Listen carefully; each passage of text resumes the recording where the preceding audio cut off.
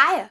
You might be wondering why I'm filming this in my dress and crown, and that's because I can film this in my dress and crown. Should that be like a thing for my videos? So once upon a time, one evening after rehearsal, I spent half an hour in the parking lot waiting for my mom to come and get me. Surrounding the entrance to the parking lot is like this line of bushes, and you can always see the cars go through the bushes before you actually see them in the intersection. Like you can see a little bit of the car before you see the whole thing. From where I was sitting, I could see every car that passed, and I could tell if it was my car, because my mom's car and the car that I will be driving when I turn 16 is a bright red minivan. I would sit there watching and waiting to see if there's any red coming my way, and I was continually disappointed when the car that was coming my way was not the one coming for me. But the funny thing was, I would still wait for the car to drive from behind the bushes into the intersection and wait to see if it was red, because I thought that magically the car would turn red in the time I couldn't see it. Even though there's no difference between the car going into the bushes and the one coming into the intersection, a little part of me believed that miraculously the white flash I saw in the bushes would turn into my red minivan in the intersection.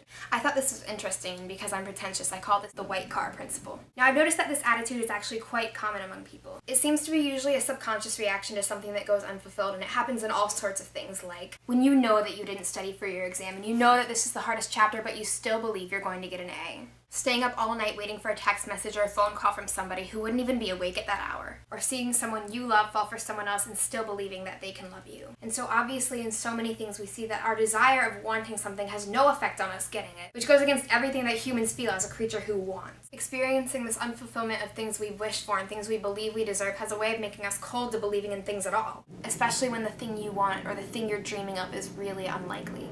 But let's look at some math. Statistically speaking, any variable that takes on two values, success or a failure, is classified as a binomial. When you let x equal the number of trials that end in success, then the probability distribution of the possible values of x is a binomial distribution. Normal binomial distributions are symmetrical, where the most common value of x is right in the middle of the possible values. For example, if you flipped a coin where each side has the same probability of landing heads up or down 50 times, and you assigned success to be the number of heads you saw facing up, then the probability distribution of x would be centered around 25, because success and failure are equally likely.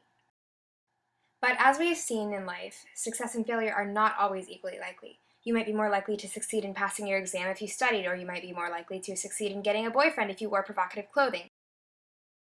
When you don't meet the standard requirements of success x you wish to occur, the probability of success shrinks and shrinks until it is almost invisible, and the complement of the event, that is, the opposite of x or the failure of the event you wish to occur to happen, grows in its newly found elbow room.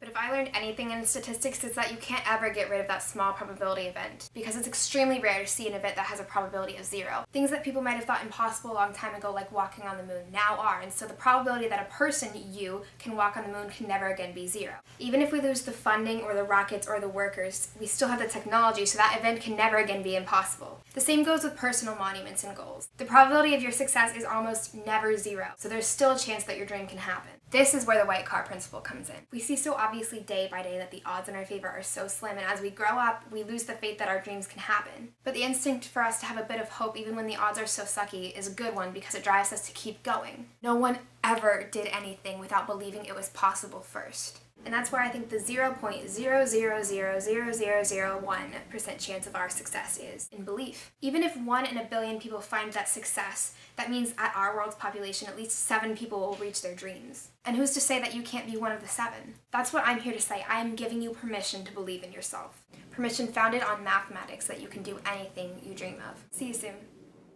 If you liked this video, please give it a thumbs up, as it lets me know that I'm doing good, and if you think it's good enough, please subscribe, because there's more like it coming.